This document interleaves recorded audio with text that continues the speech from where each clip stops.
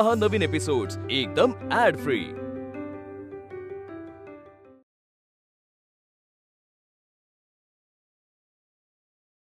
Sorry madam, पण आज facial नाही करता येणार। अहो असं कसं? खूप कौतुक ऐकलं होतं तुमच्या पार्लरचं म्हणून आले, तर पार्लर बंद? अहो नवीन पार्लर असं बंद कसं ठेवू शकता तुम्ही? अशाने नाव खराब होईल ना तुमच्या पार्लरचं। नाही नाही, जास्त दिवस बंद नाही राहणार पार्लर। आज थोडा प्रॉब्लेम आहे म्हणून। तुम्ही 1 मिनिट थांबा, मी ना माझा नंबर देते तुम्हाला, तुम्ही कॉल करून या, म्हणजे तुमची खेप वाया नाही जाणार। 1च मिनिट थांबा। थांबा, देते लगेच देते। ठीक आहे येते मी नंतर। 1 मिनिट थांबा ना। अरे या बाई तर फारच नाराज होऊन गेल्या। या 3ऱ्या कस्टमर आहेत सकाळपासून। मला ना सगळ्यांना असं नाही बोलायला खूप जड होतंय। जाऊ दे, तू टेन्शन नको घेऊ, मी काहीतरी विचार करते। मयुरी मॅडम, आता कशा आहेत अश्विनी मॅडम? अरे चिंटू, तू दर 15 मिनिटांनी येऊन विचारतोयस बरी आहे आई। तुम्हाला चहा? नाही नकोय। वेडाया, खूप अपसेट झालाय ग आईच्या ऍक्सिडेंटचं ऐकून। राजू मावशी, काय करायचं ग आता? सगळे कस्टमर परत जात आहेत। मला असं वाटतंय ना, पार्लर उघडलं नसतं ना तरच बरं झालं असतं। अगं मयू, असा विचार कर ना की आपण बाहेर ऍडव्हर्टाइजही केली नाहीये, फक्त आयुषचे रिपोर्ट्स ऐकून सगळ्या बायका इथे येतात। टेन्शन काय घेते? चांगलीच गोष्ट आहे। हो मावशी, तू बरोबर बोलतेस, पण त्या बाई आता म्हणाला तसं झालं तर, म्हणजे कस्टमर येतील आणि म्हणतील की अश्विनी ब्युटी पार्लर फक्त नावाला उघडाय म्हणतील, काही सर्व्हिसेस मिळत नाहीत। तरी करायला पाहिजे ग। मला हे येत असतं ना, मी पटापट सगळ्यांचं सगळं करून दिलं असतं।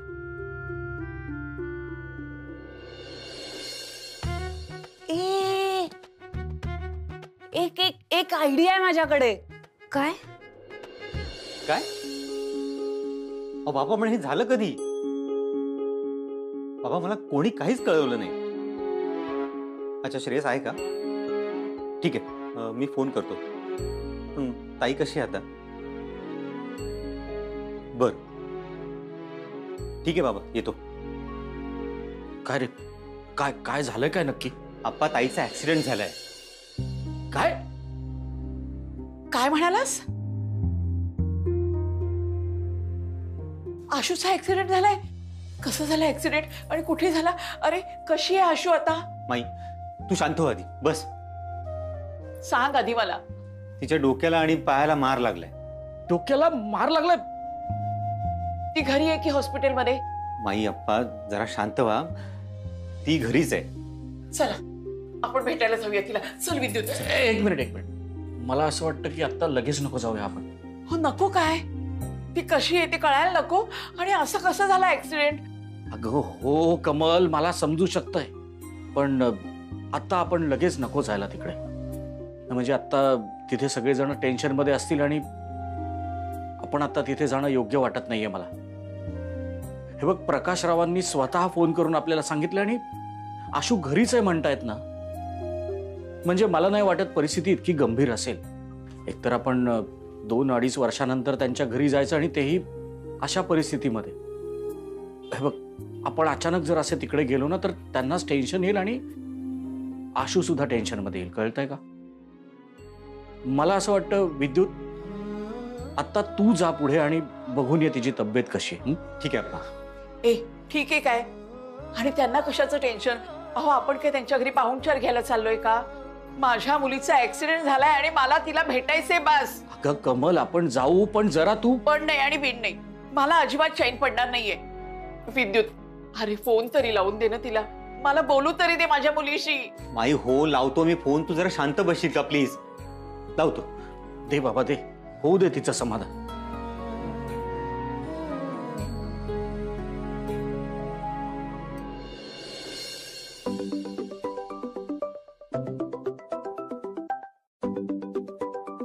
विद्युत, हॅलो. झोपली नव्हतीस ना? नाही रे, बोल. बरं, तुला त्रास होतोय का? ठीक आहेस ना तू? हो, अगदी व्यवस्थित आहे. अगं, मला बाबांचा फोन आला होता, त्यांनी कळवलं ऍक्सिडेंट बद्दल. बरं ऐक, आधी तू माईशी बोल, तिला खूप काळजी वाटते. हा बोल, एक मिनिट घे. आशू, आशू बाळा, कशी आहेस का तू? काही नाही ग, माझ्या पायाला जरासं लागलंय. मी बरी आहे ग. हे बघ, माझ्यापासून काही लपवू नकोस. खरं खरं सांग मला, डोक्याला पण मार लागलाय ना ग? अगं माई, मी तुझ्याशी बोलते. अगं खरंच बरी आहे मी. अगं, हे तुझे आप्पा बघ ना, म्हणतात तिला भेटायला नाही जायचं म्हणून. माई म्हणजे अगदी असं तसं काही नाही. या, तुम्हाला भेटायचं असेल तर या ना तुम्ही सगळे. तुझ्या बोलण्यातला पण जोर कळला.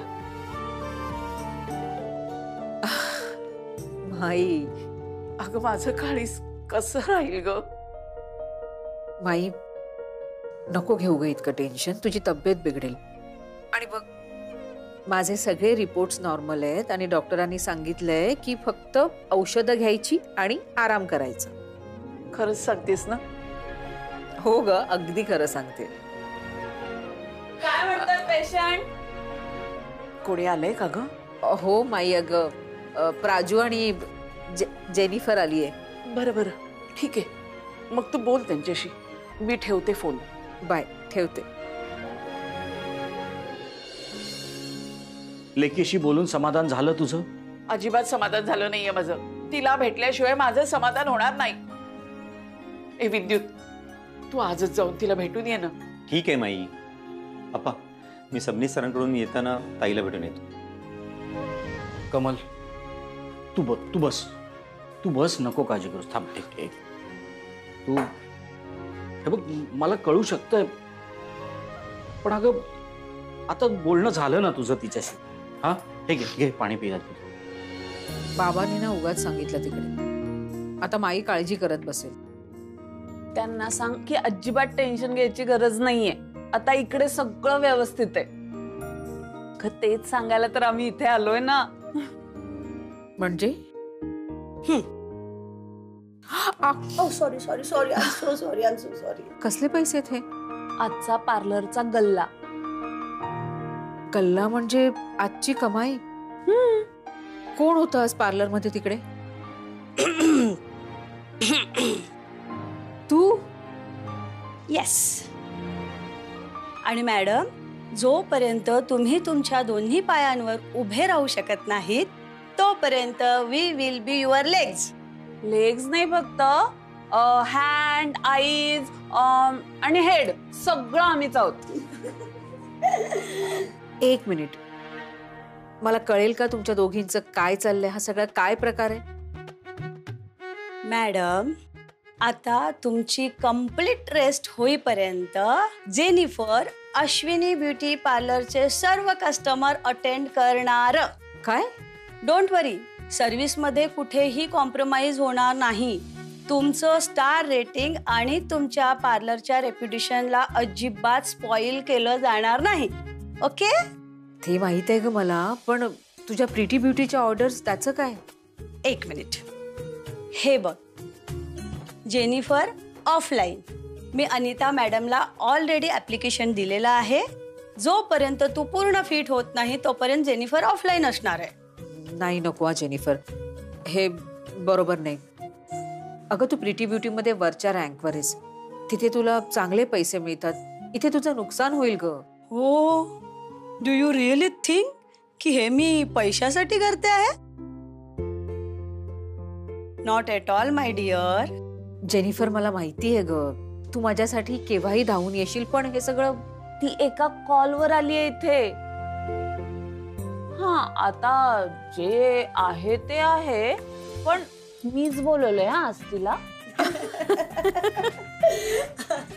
हे बघ, आता तू फुल डे घरी आहेस, तेव्हा ती शिल्पी आहे ना, ती तुला काही ट्रबल करू शकते. तसं काही वाटलं तर तिला सरळ पार्लर मध्ये पाठवून दे. त्या दिवशी दिला ना, त्यापेक्षा सॉलिड मसाज देऊ तिला. आत्याला कधी पार्लर मध्ये मसाज दिला होता? अँड डोंट वरी, मयुरी आता कॉलेजला जाणार. प्राजक्ता ऑफिसला जाणार आणि हा मी उद्यापासून तुझं पार्लर बघणार, सांभाळणार. Okay? And this is final.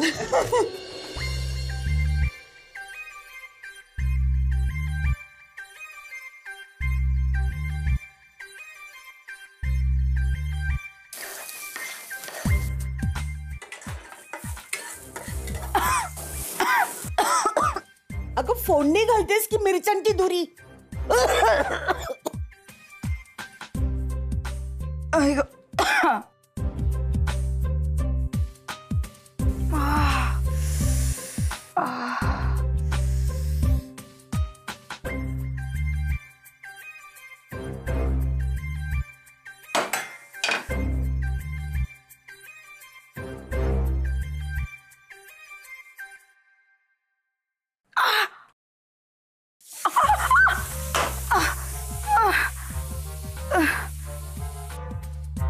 काय झालं?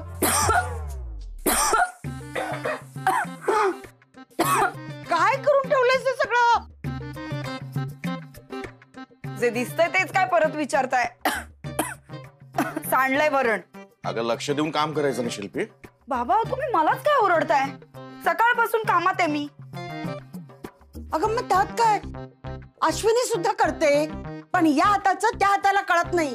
तुझं म्हणजे रात्र थोडी सोंग फार अशातली गत आहे. हो ना? मग तुमच्या लाडक्या सुनेलाच सांगा हे सगळं करायला. उठ म्हणावं आणि सगळी कामं कर. बघा तिला मोडक्या पायाने जमतंय का परत करायला. अगं ही काय भाषा आहे का शिल्पी तुझी? काय बोलतेस तू? यावर आता आणि जो स्वयंपाक तयार असेल तो घेऊन वाढ. भूका लागल्या मुलांना. हे बघ, मी हे सगळं आवडते. तू आपलं जेवणाचं बघ. चल, काय होणार नाही तुझ्याने.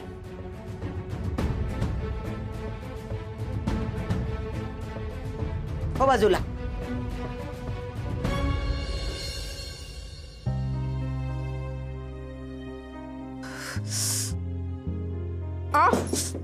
अरे काय करतेस तू? मीडियस का जरा? बस इकडे, इकडे बस शांतपणे. टेकून बस. काय करतेस? अहो कशाचा तरी मोठा आवाज आला किचन मधनं. काहीतरी पडलंय बहुतेक. अगं हो दे, काय आवाज व्हायचा ते करतील ते मॅनेज. तू आराम कर प्लीज. आणि शिल्पी का ओरडते इतके? काय झालंय? होईल सवय तिला, करू दे तिला. अहो नको, सकाळपासून असाच गोंधळ चाललाय. मी काय म्हणते, माझ्या पायालाच लागले की नाही फक्त. मी बसून सगळी कामं करते ना, मला जाऊ दे ना. तिला नाही जमणार हो. अश्विनी, करतील ते मॅनेज. मी एकदा सांगितलं ना, तू प्लीज आराम कर. कळलं तुला? तुम्ही घड्याळात बघितलं का किती वाजलेत? अहो आईंची गोळ्यांची वेळ झालीये. मुलांनी अजून काही खाल्लं नाही, त्यांना भूक लागली असेल. आराम कर, चल टेकून बस. आराम महत्वाचा नाहीये, त्यांची तब्येत महत्वाची आहे. काय करतेस?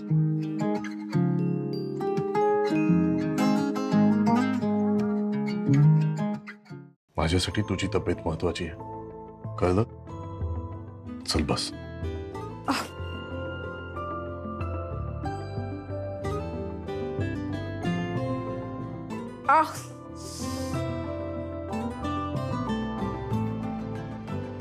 हे तिखट आहे, मला जॅम हवाय. अहो संजू ओरडतोय आणि घरातला जॅम संपलाय. निदान सांगून येते ना की त्याला गुळ आणि चपाती द्या म्हणून. अश्विनी, प्रॉब्लेम काय आहे? हा रूम साऊंड प्रूफ करण्यासाठी खूप खर्च लागेल, खूप पैसे लागतील. आणि आता माझ्याकडे पैसे नाहीयेत आणि कामही नाहीये, हे तुला माहिती आहे. सो प्लीज स्वतःचे कान बंद कर आणि ते साऊंड प्रूफ कर. त्यांना जे मॅनेज करायचे ते करतील, समजलं? तुला या बेडवर ना उठण्याची परवानगी नाहीये आणि काम करण्याची तर त्याहून नाहीये. बरोबर बोलला आई. तू अजिबात काळजी करू नको, सगळं जेवण रेडी आहे. हे बघ, तुझ्यासाठी ताट पण घेऊन आले आणि मी माझ्या हाताने तुला भरवणार आहे. Very good. लगेच खाऊ घाल, म्हणजे तेवढा वेळ तरी काय बोलणार नाही. बाबा तुम्ही जा जेवून घ्या. हा ठीक आहे, लवकर खाऊ घाल. आणि मग गोळ्या दे, मी येतोच.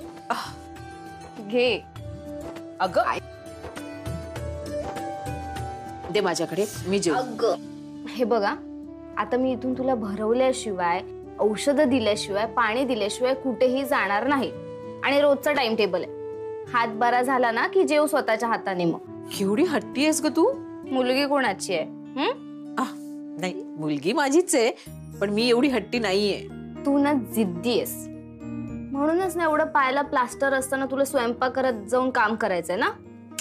अगं इथे बसून बसून ना मला वेळ लागायची पाळी आली आता. आयुष्यात पहिल्यांदा ना आत्याला काम करावं लागतंय, ते पण तिला नीट जमत नाहीये. जर कळू देत तुझी किंमत सगळ्यांना. मयू, अगं ऑलरेडी त्यांना त्रास कमी आहे का, तो अजून द्यायचा? आई मला ना मजा येते आत्याची फजिती बघायला. अगं आई, राजू मावशी आणि जेनी आंटी मगाशी काहीतरी म्हणत होत्या आत्याला मसाज दिला वगैरे. आत्या पण आलेली का पार्लर मध्ये? म्हणजे नाही ग, उगाच. दीप, मी माझ्या हाताने जेवून घेते. हा, म्हणजे तू माझ्यापासून नक्कीच काहीतरी लपवतेस. आई, तू काहीही केलंस ना तर एक गोष्ट तुला आयुष्यात कधीच जमणार नाही, ती म्हणजे खोटं बोलणं. त्यामुळे तू ट्राय पण करू नकोस. हा, नाही ग, असं काही नाही. आणि तू या ना सगळ्यामध्ये पडू नकोस. म्हणजे काहीतरी नक्कीच झालंय जे तू मुद्दाम माझ्यापासून लपवतेस. काय झालंय? हे बघ मयू, जे तुला कळायला हवं ना ते मी तुला सगळं सांगते, जे मला योग्य वाटेल. ही गोष्ट तेवढी महत्वाची नाहीये. आई, आत्याच्या बाबतीत ना प्रत्येक गोष्ट मला कळायला हवी. पण ही गोष्ट नाही. का नाही? तुझा माझ्यावर विश्वास आहे ना? आई, तुझ्या स्वभावाबद्दल मला पूर्ण खात्री आहे. लोकांनी केलेल्या चुका तू लपवतेस. आताही तू ना तसंच काहीतरी करतेस. तुझा जेवून घे जा. आई, हे बघ, मी आता लहान नाहीये, मला गोष्टी समजतात आणि माझी कॅल्क्युलेशन्स असतात. आत्या काय काय करू शकते ना याचा अंदाज आहे मला, पण तिने यावेळी नेमकं काय केलंय ना हे माहित नाहीये. मयू, हे बघ. आई, एक मिनिट. तू काहीही बोलायच्या आधी हे लक्षात घे की तुझ्या हातात जेवणाचं ताट आहे. अन्न हातात असताना खोटं नाही बोलायचं. आणि गप्प तर मी तुला बसू देणार नाहीये. मला सांग काय झालंय ते. काय झालंय? शिल्पीने युनिसेक्स पार्लर फॉर्मवर लिहिलं आणि लेडीज पार्लरवर काट मारली.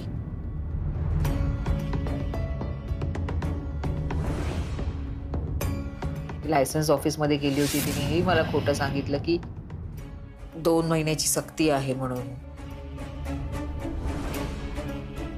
पार्लरमध्ये जी कोणी माणसं तिने पाठवली होती ती तिनेच पाठवली होती.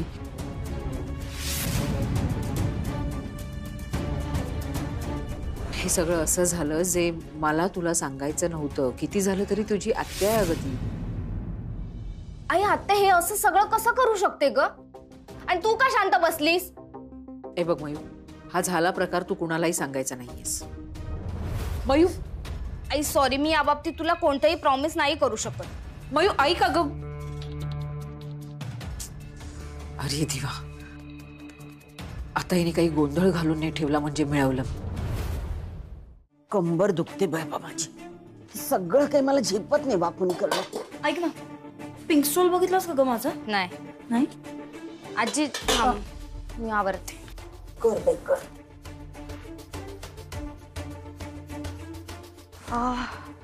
जाम थंडी वाटते ना आता. दादा, वहिनीने बोलवलंय. आई, ऍक्च्युली ना माझा पाय आज प्रचंड दुखतोय, नाहीतर हे सगळं मी आवरलं असतं अगं. अगं उज्ज्वला, वैद्यांकडली पत्रिका आली आहे. जायचं नाही. असं कसं? जवळचे संबंध आहे, जायला हवं ना. हे बघा, मी कुठेही जाणार नाही. घरातली कामं संपत नाही. बघू जमणार नाही. पत्रिका बघू तर. अरे वा, रॉयल बँक्वेट मध्ये लग्न आहे. व्हेन्यू कमाल आहे हा. अगं वैद्य म्हणजे ना दादरचं मोठं प्रस्थ. त्यांच्याकडल्या कार्याला मोठमोठी मंडळी येणार. माझ्यात अजिबात ओळख नाहीये. तुम्हाला जायचं असेल तर जा. फॅमिलीला रिप्रेझेंट करायचं असेल तर मी जाईन, मला काहीच प्रॉब्लेम नाहीये. पाय दुखतोय ना तुझा? मग दादर कशी जाणार? रॉयल बँकवेट मध्ये आहे ना लग्न, मग दादर काय कुठेही जाईल ती. Excuse me, what do you mean? सगळ्यांना सगळं करायचं असतं, फक्त मला मदत करायला मात्र कोणालाही जमत नाही. इथे 2 दिवस झाले माझी टाच दुखते, सारखं स्वयंपाक खोली ते हॉल, हॉल ते स्वयंपाक खोली. जीव दमून गेलाय माझा. अश्विनीला सुद्धा आत्ताच आजारी पडायचं होतं.